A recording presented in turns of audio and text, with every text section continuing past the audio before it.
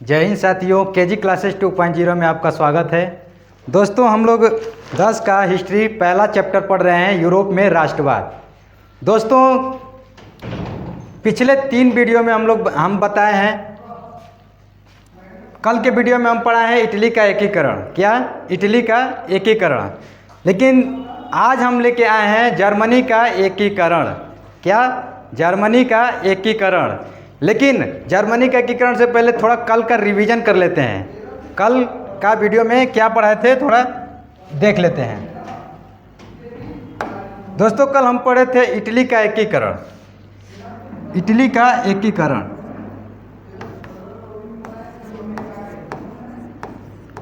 Italy का एकीकरण।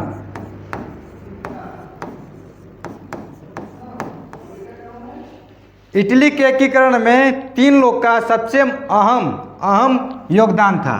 सबसे पहले मेजनी का था। क्या है? मेजनी का था। मेजनी का था। और दूसरा था काउंट काबूर का। क्या है? काउंट काबूर का था। काउंट काबूर। तीसरा था जो गैरीवाल्डी का था। गैरीवाल्डी का था।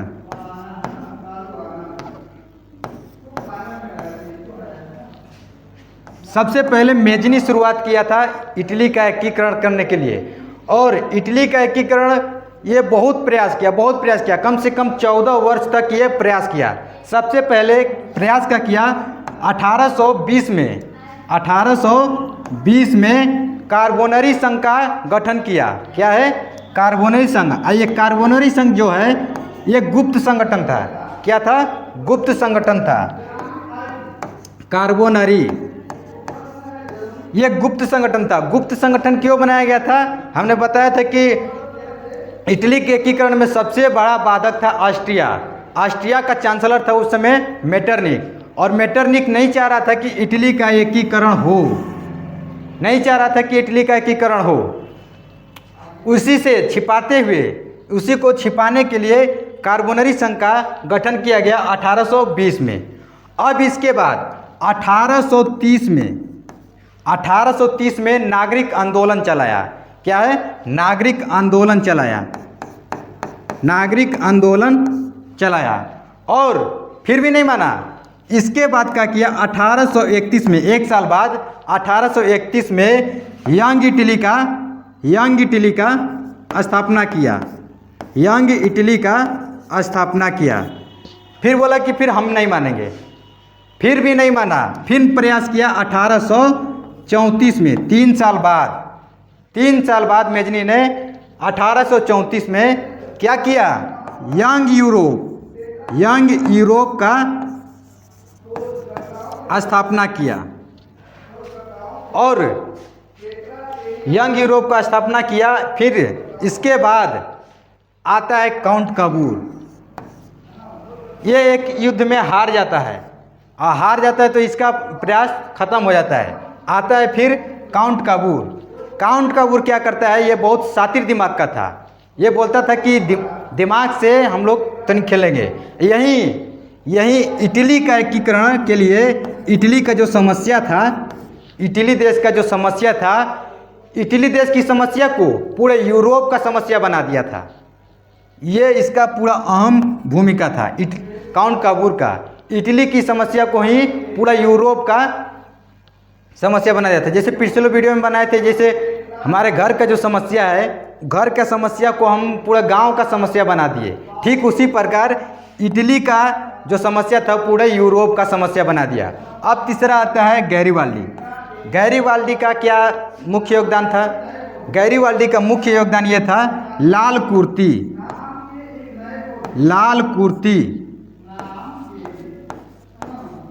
लाल कुर्ती एक सेना का गठन किया था। क्या है? लाल सेना का गठन किया था। और गैरीवाल्डी पेशे से क्या था? पेशे से एक नाविक भी था। क्या था? नाविक भी था। पिछले वीडियो में यही सब हम लोग जान रहे थे। इटली का एकीकरण कब हुआ? फाइनली इटली का एकीकरण 1871 में पूर्ण रूप से हो गया। क्या है, पूर्ण रूप से हो गया। लेकिन अब आते हैं आज का टॉपिक क्या है। ठीक है, आज का टॉपिक क्या है? आज का टॉपिक है जर्मनी का एकीकरण। क्या है? जर्मनी का एकीकरण। पहले हम लोग किताब पढ़ने से पहले हम लोग मैप देख लेते हैं। मैप के माध्यम से समझते हैं कि जर्मनी का एकीकरण कैसे हुआ। ये जो घेर रहे हैं ये लोग ब्लू कलर का, ये है जर्मनी देश। क्या है? जर्मनी देश। ये है जर्मनी देश। और ठीक इसके नीचे ये जो येलो कलर का है ये ऑस्ट्रिया है। क्या है? ये ऑस्ट्रिया देश है। और ये ग्रीन वाला ठीक बगल में, जर्मनी के बगल में क्या है? फ्रांस है। ये ग्रीन वाला फ्रांस हो गया। ठीक है, जर्मनी में एक जगह था, एक जगह है प्रसा, और यही का था बिस्मार्क। प्रसा का ही बिस्मार्क था। बिस्मार्क एक सफल कूटनीतिज्ञ था। कूटनीतिज्ञ का मतलब क्या होता है? पहले किसी भी दुश्मन को हराने से पहले उस दुश्मन से दोस्ती करता है। क्या करता है? दोस्ती करता है। अब ये प्रसा और ऑस्ट्रिया के बीच में युद्ध करने के लिए पहले युद्ध तो नहीं कर सकता था, क्योंकि हमेशा ऑस्ट्रिया का साथ ये फ्रांस देता था। क्या है? फ्रांस देता था, हमेशा साथ देता था। तो जब ऑस्ट्रिया और फ्रांस दोनों एक आ जाते थे तो इन दोनों को हरा नहीं सकता था कोई। तो बिस्मार्क ने एक चाल चला। क्या है? बिस्मार्क ने एक चाल चला। ये जो ऑस्ट्रिया का दोस्त है फ्रांस, ऑस्ट्रिया का जो दोस्त है फ्रांस, इसके पास गया, फ्रांस के पास। उस समय फ्रांस का जो था लुई नेपोलियन, फ्रांस का जो उस समय राजा था लुई नेपोलियन था। लुई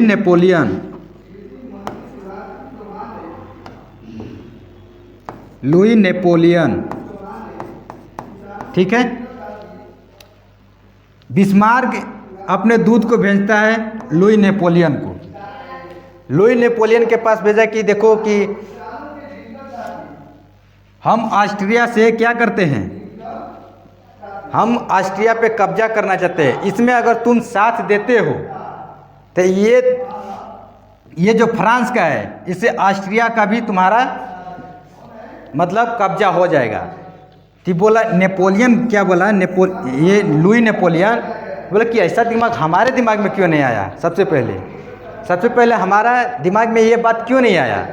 और इसके बाद ये इसके पास हो गया। अब धाए से का ऑस्ट्रिया के पास बिस्मार्क स्वयं पहुंच गया।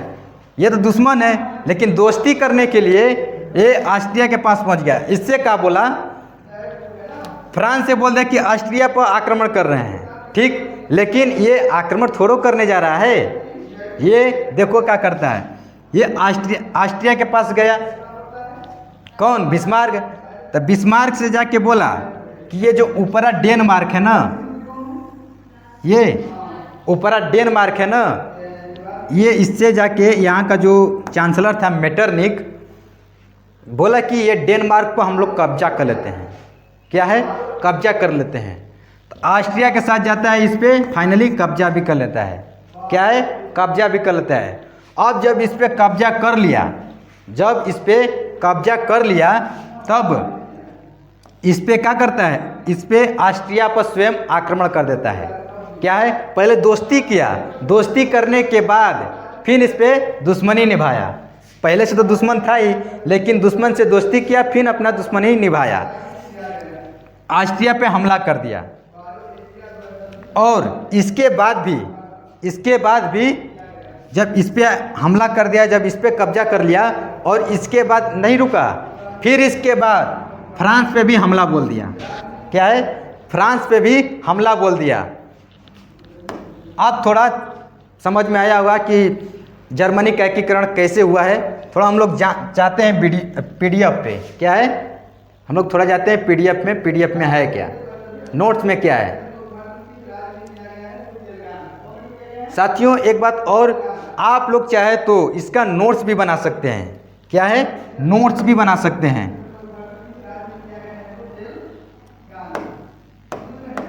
आप लोग चाहे तो इसका नोट्स भी बना सकते हैं। ये है जर्मनी का एकीकरण। जर्मनी के एकीकरण में क्या हुआ, जर्मनी लगभग 300 छोटे बड़े राज्यों में बटा हुआ था। अब यही 300 छोटे बड़े जो राज्य थे, ये इसी को एकत्रित करना है। इसीलिए इसको वो एकत्रित करना ही एकीकरण के नाम से जाना जाता है। तो इसको विभाजित था, जिसने प्रसा सबसे शक्तिशाली था। प्रसा सबसे शक्तिशाली था और प्रसा का ही बिस्मार्क था। आगे देखते हैं,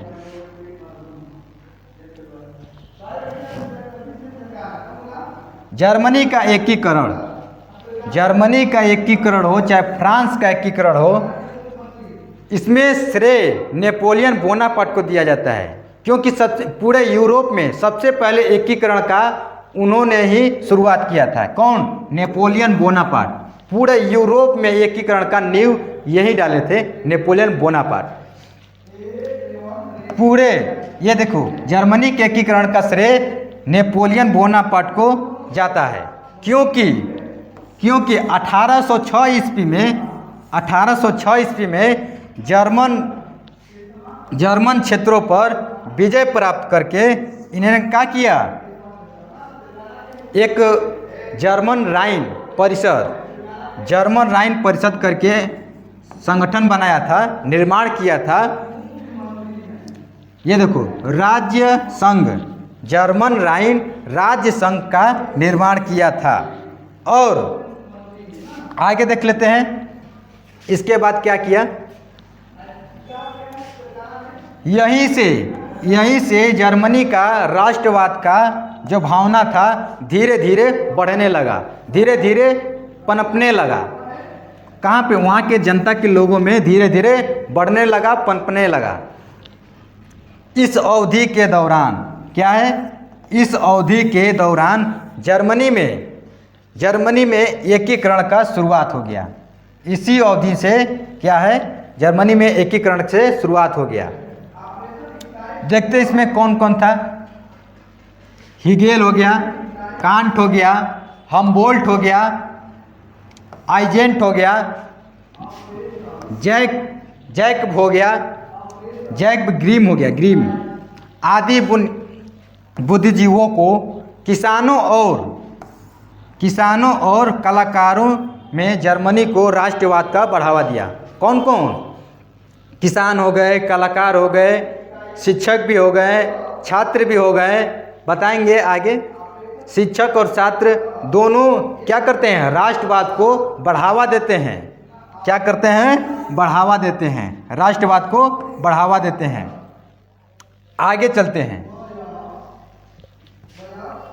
चलते हैं, ये हमारा अगला पॉइंट है।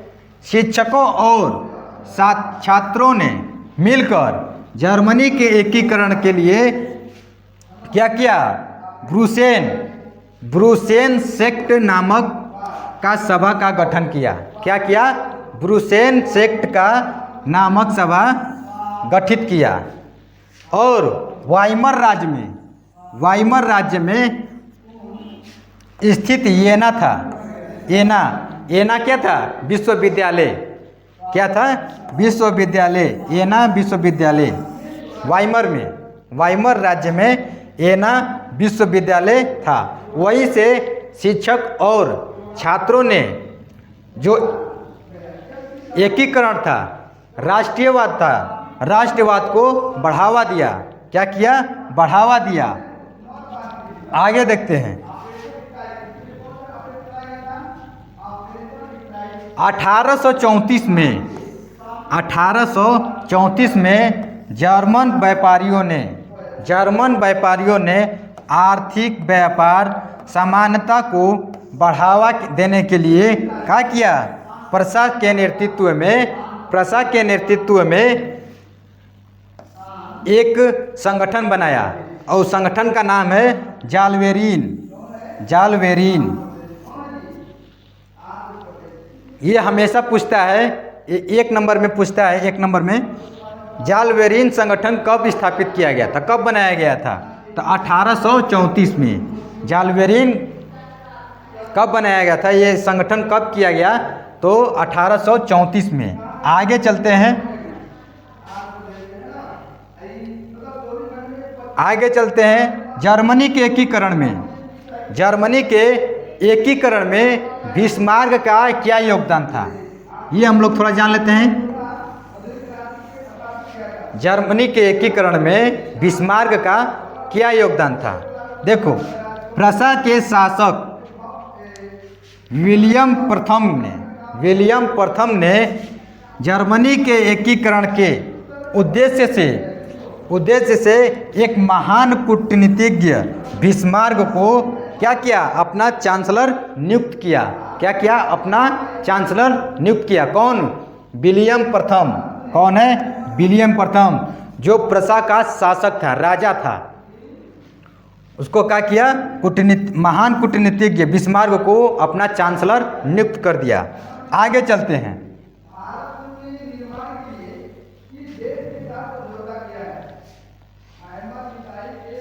बिस्मार्क का पूरा नाम, उनका पूरा नाम क्या था? ओटो वोन बिस्मार्क। क्या था? ओटो वोन बिस्मार्क था। वे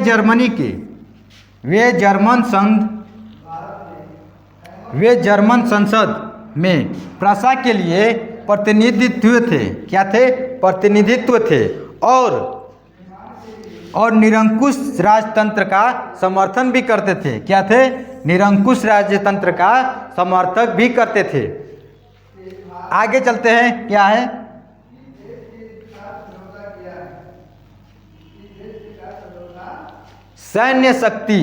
सैन्य शक्ति के महत्व को समझाते हुए, सैन्य शक्ति के महत्व को समझाते हुए कौन? बिस्मार्क। उन्होंने क्या किया? रक्त और लौ की नीति अपनाई। क्या की? रक्त और लौ की नीति अपनाई। इसके बाद क्या करता है?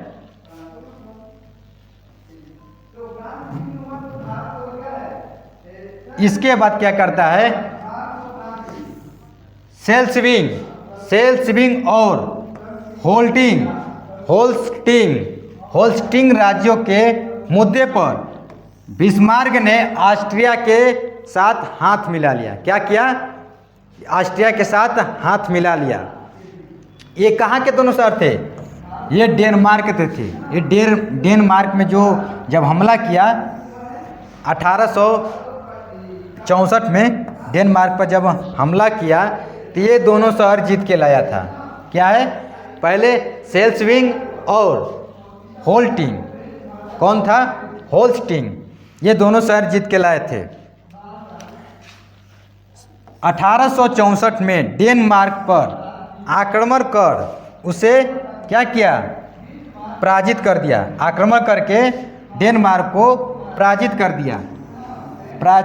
दिया। इसके बाद क्या करता है? इसके बाद 1866 में ऑस्ट्रिया और प्रूसिया के बीच युद्ध होता है। क्या है? ऑस्ट्रिया और प्रूसिया के बीच युद्ध होता है और उस युद्ध को सेडोवा युद्ध के नाम से जानते हैं। क्या है? सेडोवा युद्ध के नाम से जानते हैं। अब एक नंबर क्वेश्चन में पूछेगा कि सेडोवा युद्ध कब हुआ था? सेडोवा युद्ध कब हुआ था और किसके बीच हुआ था?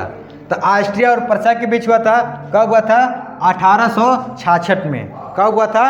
1866 में। अगला पॉइंट देखते हैं। अगला पॉइंट है 19 जून 1870 में। 19 जून 1870 में जब ऑस्ट्रिया पे आक्रमण, हम बताए थे, ऑस्ट्रिया पर जब आक्रमण करता है आक्रमण करने के ऑस्ट्रिया के आक्रमण करने के बाद उन्होंने क्या करता है, फिर फ्रांस पे आक्रमण करता है। क्या करता है, फ्रांस पे आक्रमण करता है। यही क्या है कि 19 जून 1870 को फ्रांसीसी शासक नेपोलियन, कौन, लुई नेपोलियन ने फ्रांस के खिलाफ क्या किया, घोषणा किया और सेडान युद्ध हो गया। क्या है, सेडान युद्ध कब हुआ था, 1870 में।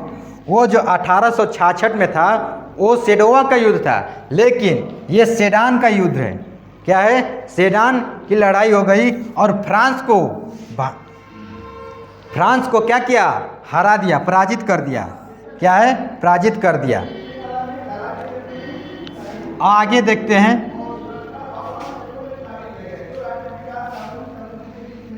आगे देखते हैं 10 मई, क्या है, 10 मई 1871 को फ्रैंकफर्ट की संधि, 1871 में क्या हुआ था, फ्रैंकफर्ट की संधि हुई थी, जिसके द्वारा ऑस्ट्रिया और प्रसा के बीच शांति स्थापित हुआ। क्या हुआ था, शांति स्थापित हुआ था। और अंततः क्या होता है, और अंततः 1871 तक जर्मनी का एकीकरण पूर्ण रूप से हो जाता है। क्या होता है, पूर्ण रूप से हो जाता है। जर्मनी का एकीकरण पूर्ण रूप से हो जाता है। बिस्मार्क का किया 1866 में, 1870 में, 1871 में। 1866 में प्रसा और ऑस्ट्रिया के बीच युद्ध हुआ था। ऑस्ट्रिया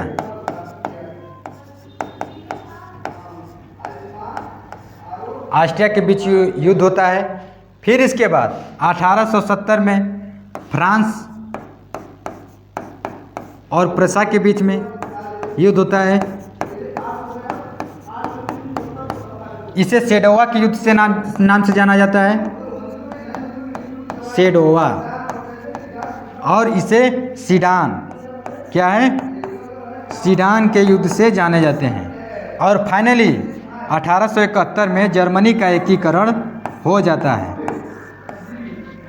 ठीक है। और इससे पहले हमने मैप में समझाया था अच्छी तरह से, मैं इस मैप को समझाए थे। ये था जर्मनी, क्या है, ये है जर्मनी और ये है ऑस्ट्रिया, ये है फ्रांस।